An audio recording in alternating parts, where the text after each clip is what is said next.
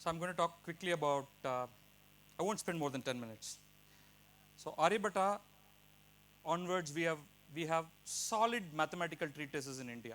These are books available, the translations are available. People like Brahmagupta, Mahavira, Jayadeva, Bhaskara and several others have taken it to great heights. I'm going to talk about just three equations. Linear indeterminate equations in two variable, which I'll show you. Quadratic equations, which you are very familiar with, I'll show you that also. And something called Brahmagupta Pell equation. There's only Brahmagupta equation and it's however known as Pell equation, and we'll talk about that also. In about 3rd century CE in Greece, Diophantus put together this particular book of algebraic problems. He didn't come up with a specific solution method for all the problems, but he solved each of the problem in his own way. I'll show you some of the problems. It's like to find three numbers such that the product of any two added to the square of the third gives a square.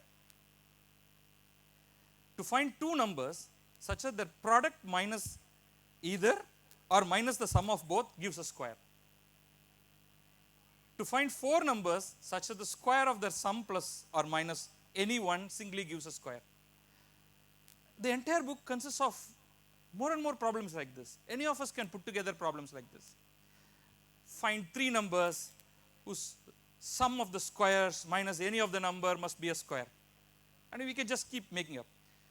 Putting together a problem like this is easy. Finding answer is not easy. We call all these problems as Diophantine equations. They are polynomial equations with integer coefficients. The solution sort are also integers. So I will see some examples. These are common equations that we see in school. But supposing I put a condition that the answer has to be only in integers or only positive integers sometimes. Now, look at the second equation and we will deal with this in more detail.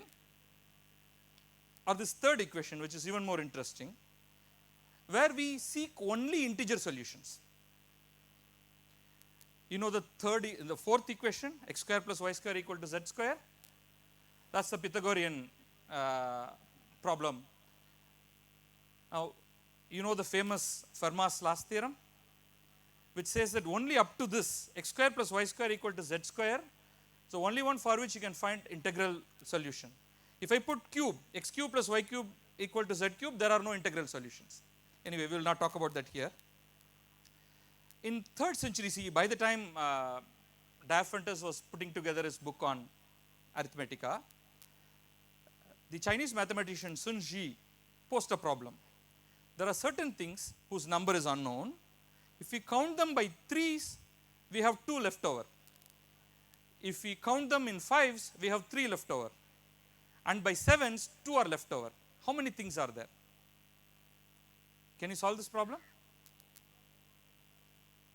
Well, I'm sure if you just scribble back of the envelope, you can actually find the answer. The answer to this is 23, which he gives. But he does not develop a generalized solution methodology.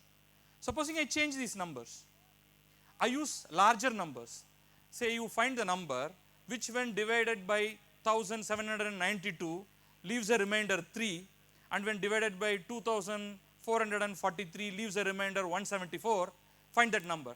Can you do that just like that? What do you think? It's difficult. But Aryabhatta one, who Kopu talked, who is in the 5th and 6th century, came up with the most comprehensive solution to this. We call that problem as Chinese remainder theorem because Sun Zhi gave the problem.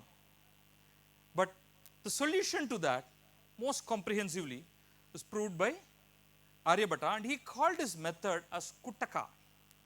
It's a very famous word now in the Indian mathematical circles, because subsequently every mathematician after Aryabhatta keeps using this word Kuttaka.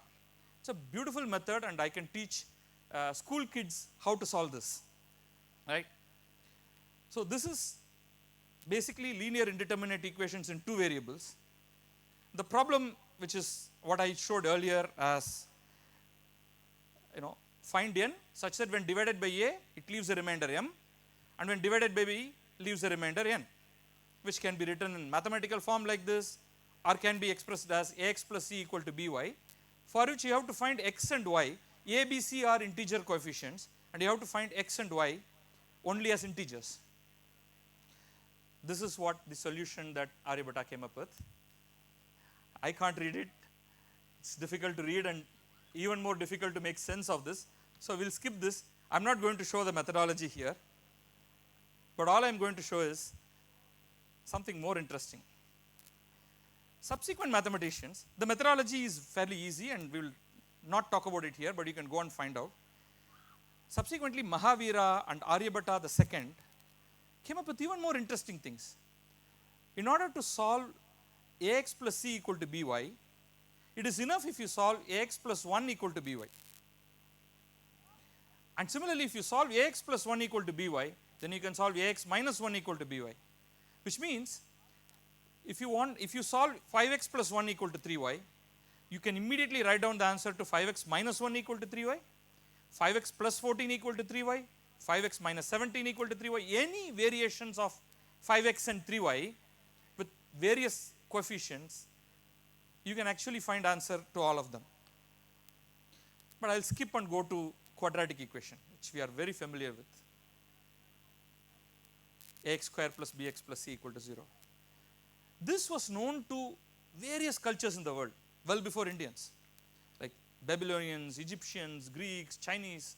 Almost everyone had solved this. But they did it as an algorithm. Do this first, then do this, then do this. You will get the answer to that. Aryabhatta in his book Aryabhatiyam, which Gopu talked about, does not explicitly deal with this equation.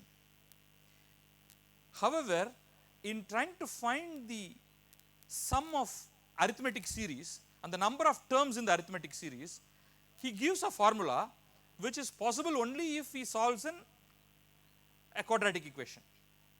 But it is Brahmagupta who explicitly gives this form that we study in schools. But notice that he gives only one solution, because he does not take a negative of the square root. He only takes the positive of square root of b square minus 4ac.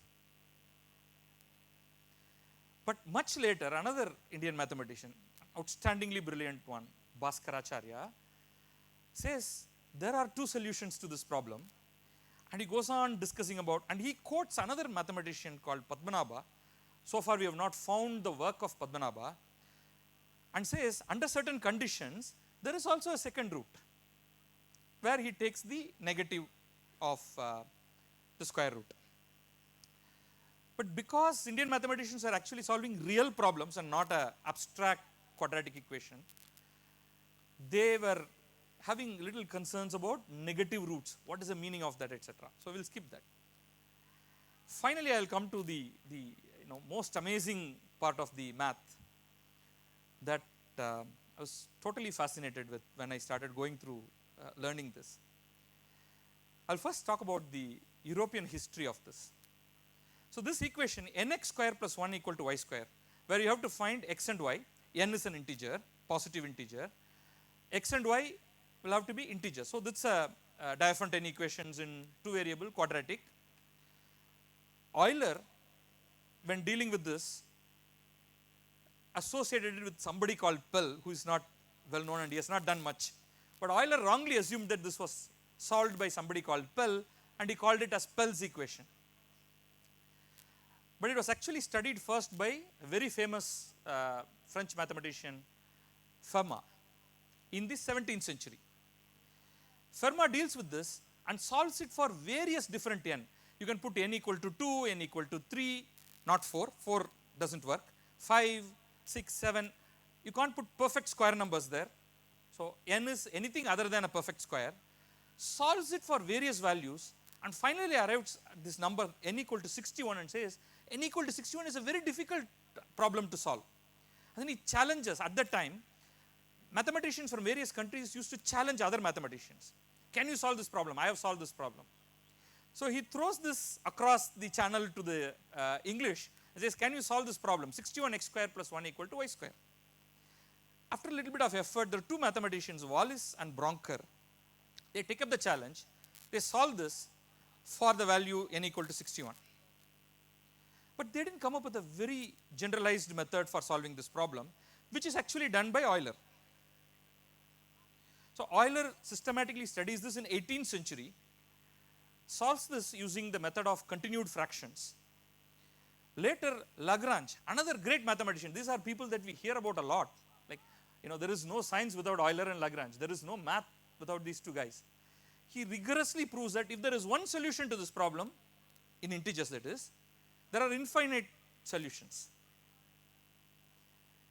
But then, this whole class of problem was posed by Brahmagupta in 7th century. Right? And he creates an entirely fantastic class of algebra.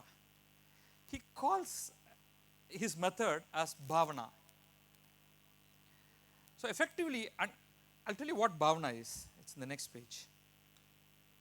So this is what he says. If alpha and beta, the solution to the equation nx square plus k equal to y square, and alpha prime and beta prime, the solution to nx square plus k prime. So k and k prime are different. Then nx square plus k prime equal to y square has solutions of the form alpha beta prime plus or minus. You see, you read this. How could you have come up with something like this? But it's not actually difficult to prove today. It's very easy. It's about 5 minutes. I can show you how to prove this. But I'm amazed that in 7th century, without any of this notation, it's all only through Sanskrit shlokas, which Gopu talked about. I'm not going to go into that. He comes up with this, and then he goes further, the last line, and then he says, if I can solve nx square minus 1 equal to y square, or nx square plus or minus 2 equal to y square, or nx square plus or minus 4 equal to y square, then I can find solution to nx square plus 1 equal to y square. And he derives and he gives methodologies for all of this in 7th century. But then there is much more than this to that. Subsequently, I will skip this. It's getting late. When you are given the equation nx square plus 1 equal to y square for any value of n, how do you go and solve this problem? Because it all starts with guessing the first answer. Then you can find any number of answers to that. So later on, a 9th century mathematician Jayadeva and Bhaskara come up with a method called Chakravala. So we'll take up the 61x square plus 1 equal to y square, which is what Fermat posed in 17th century. So these people take it up and say, when 61x square plus 1 equal to y square is given,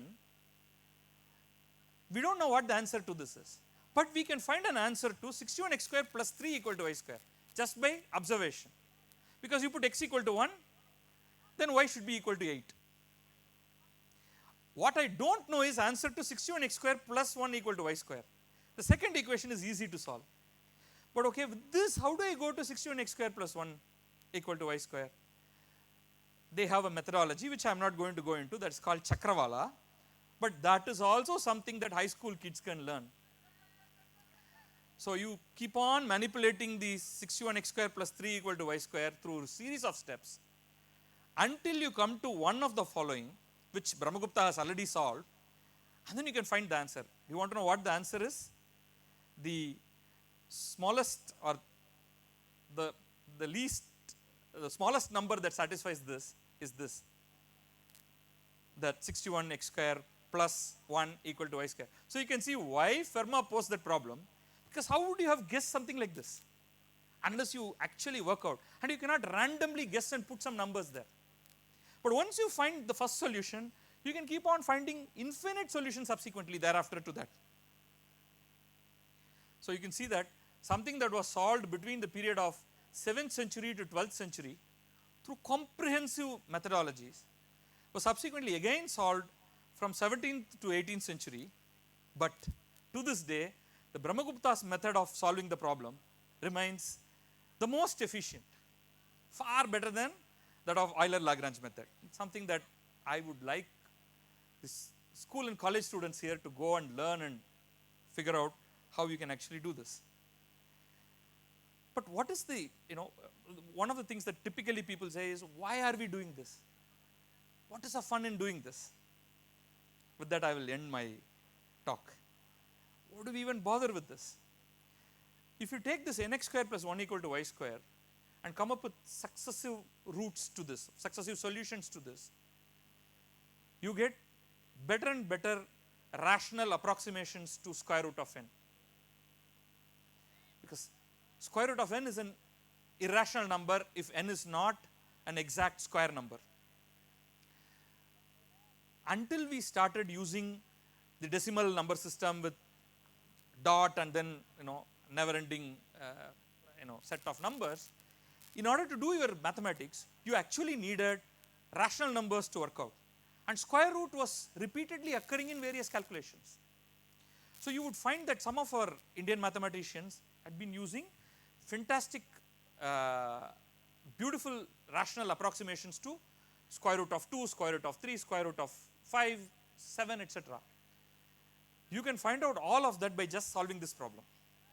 For example, let us take this 2x square plus 1 equal to y square. By just observation, you can find that 2 and 3 will fit into this. 2 into 2 square plus 1 is 3 square. But then using Brahmagupta's method, I can find every other successive solution. So after 2 and 3, there is 12 and 17, 70 and 99, 408, 577 and so on. Now just start doing 3 by 2, 17 by 12, 99 by 70, 577 by 408. They give you excellent approximations to square root of 2. You go and do this. You will be amazed that by the time you come to 577 by 408, it is the 10th decimal accurate to 9th or 10th decimal. If you want a little bit more, find the next solution to this, which comes from 577 by 577, 408, 577. That will give you up to 15th, 16th decimal. It's fascinating, right? By the way, these numbers that I gave you, they are called Pell's numbers. If you go and search the Wikipedia, it will give you Pell's numbers for square root series. Whereas we should actually be calling them Brahmagupta numbers. Thank you.